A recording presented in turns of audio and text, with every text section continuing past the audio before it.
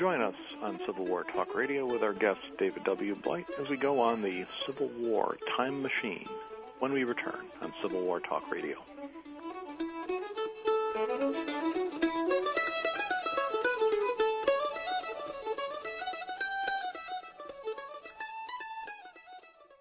Have you let your website go stale? Wish you didn't have to wait for your web developer to return your call when you want to update content? You don't have to. Now you can easily and instantly manage your own website content using affordable Avalar technology. Avalar is a website development and hosting company that provides turnkey internet solutions for companies like yours that need to stay focused on core business. Avalar gives you the power to control your website and make updates and additions in real time without having to learn HTML or other complicated programming tools. Websites powered by Avalar feature capabilities that attract more customers and enhance relationships with existing customers. Avalar offers a multitude of leading-edge solutions, including lead generation and referral tracking, shopping carts and payment processing, membership management, and search engine optimization, to name a few. Take advantage of the full power of the Internet using Avalar technology at www.avalar.com. That's AVALAR.com. You're listening to World Talk Radio, where the world comes to talk.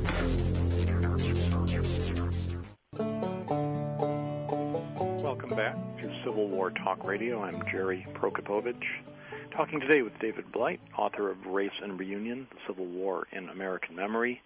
And we've been talking about how the nation has remembered the Civil War, and in particular how that memory changed from the immediate post-war era through the late 19th century into a depoliticized, sentimentalized, romanticized, reconciliationist version of the war, in which all who took part could be proud of what they had done, except the African-American soldiers who are not mentioned and whose cause is largely forgotten. Well, this, David, we were just saying at the end of our last segment how this has started to change over time, how in the last, certainly the last 30 or 40 years, the historical profession has moved beyond the lost cause paradigm, and the public is catching up.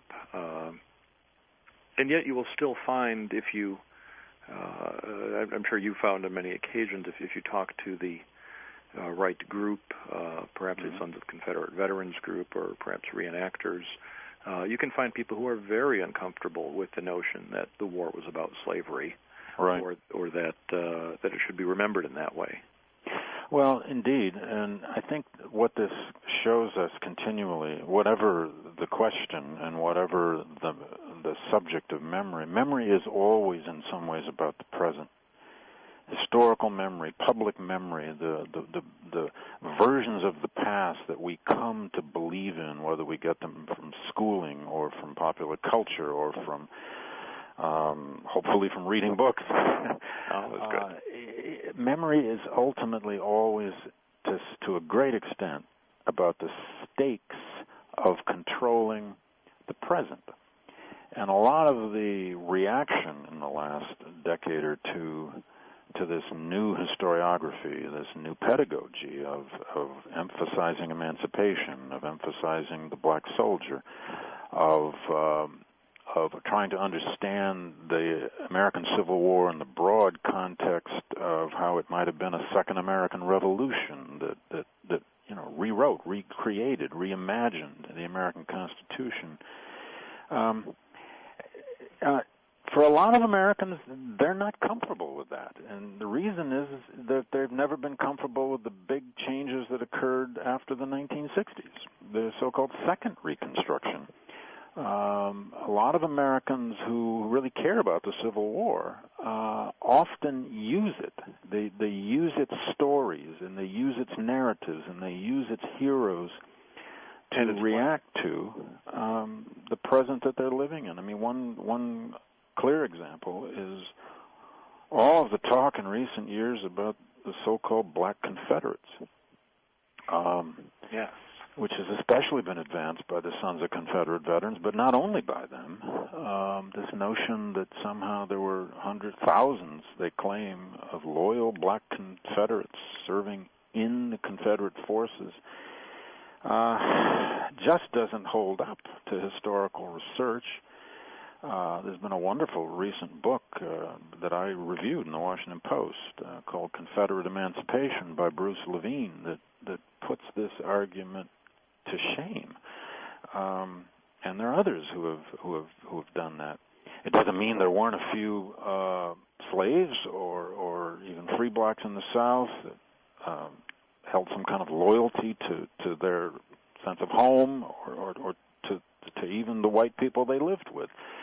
Inevitably, that's bound to occur. But that whole argument about black Confederates in the last decade or so has been, in my view, all about race relations of the 1980s and 1990s.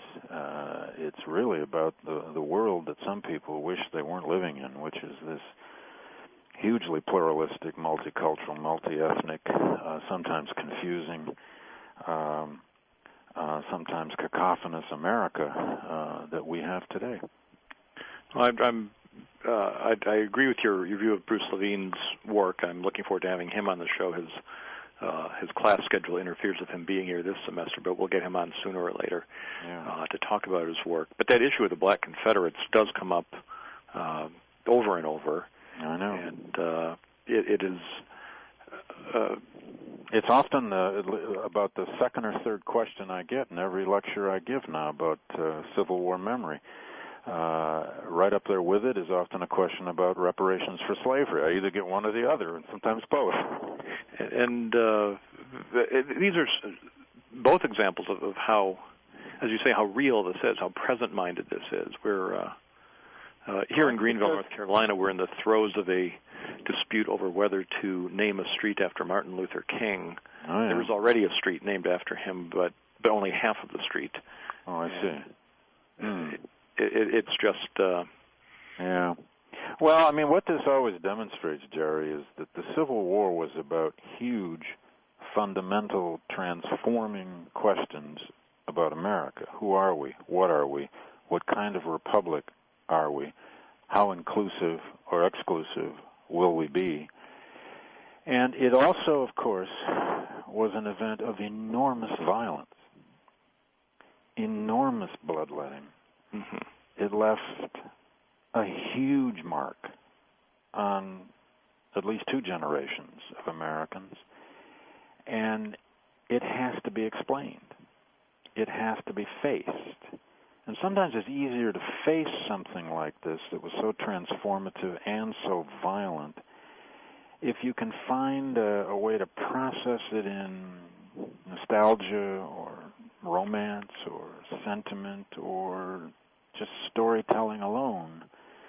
Because sometimes actually facing the reality of how the war was fought, what the war was really fought about, and what its actual long-term consequences have been is just much, much harder to do. But it's, of course, our responsibility to face that.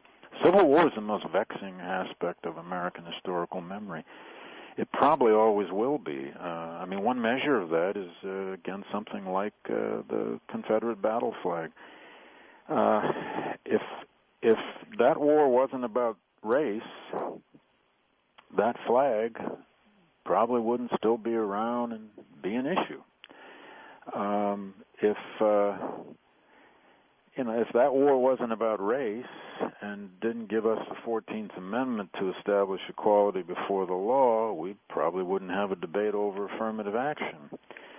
If that war hadn't been about slavery and brought emancipated slaves into the Union Army to the tune of 180,000, we wouldn't be talking about some black Confederates. I mean, our debates over race are almost always historically linked back to what we either accomplished or didn't accomplish coming out of that transformative moment of the 1860s, 1870s.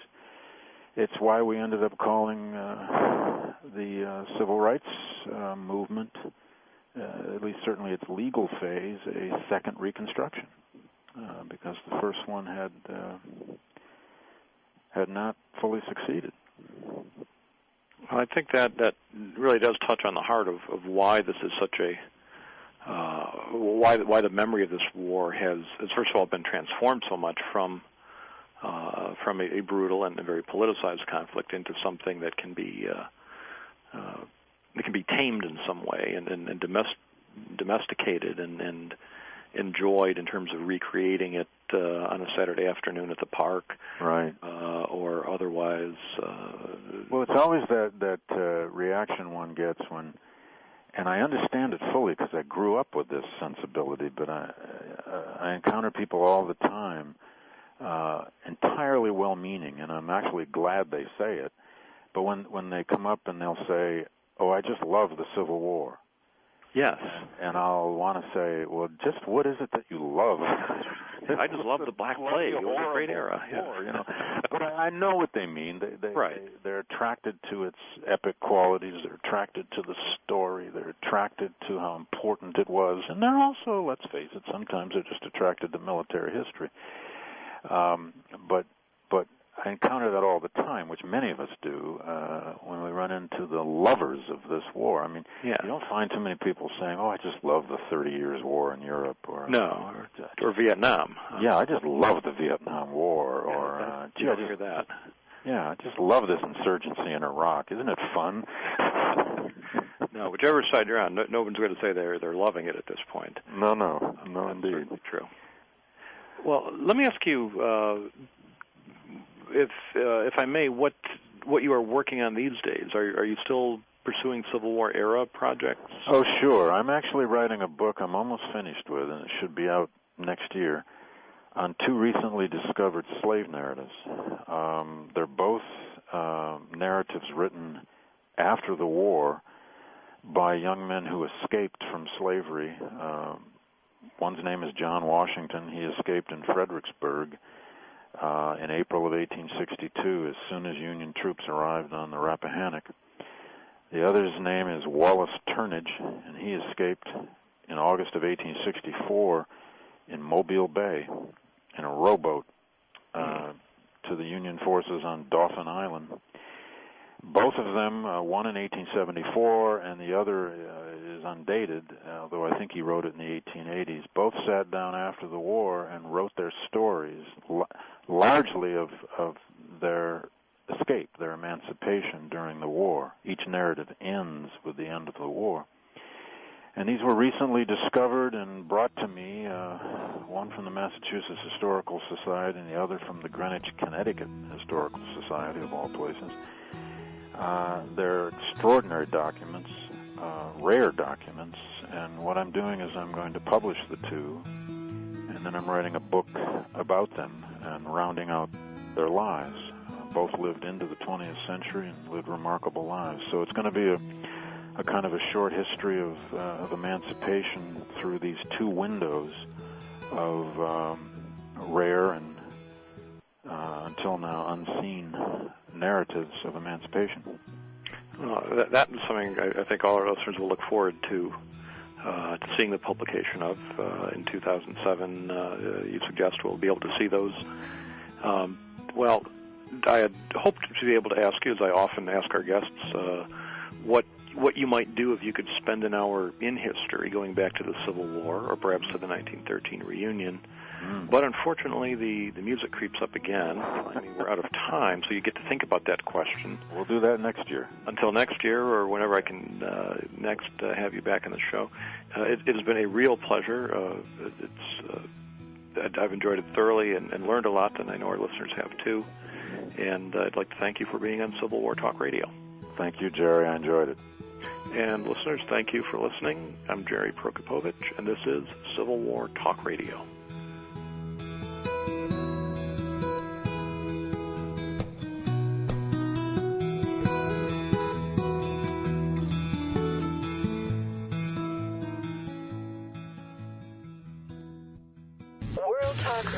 The #1 source for informative talk on the World Wide Web.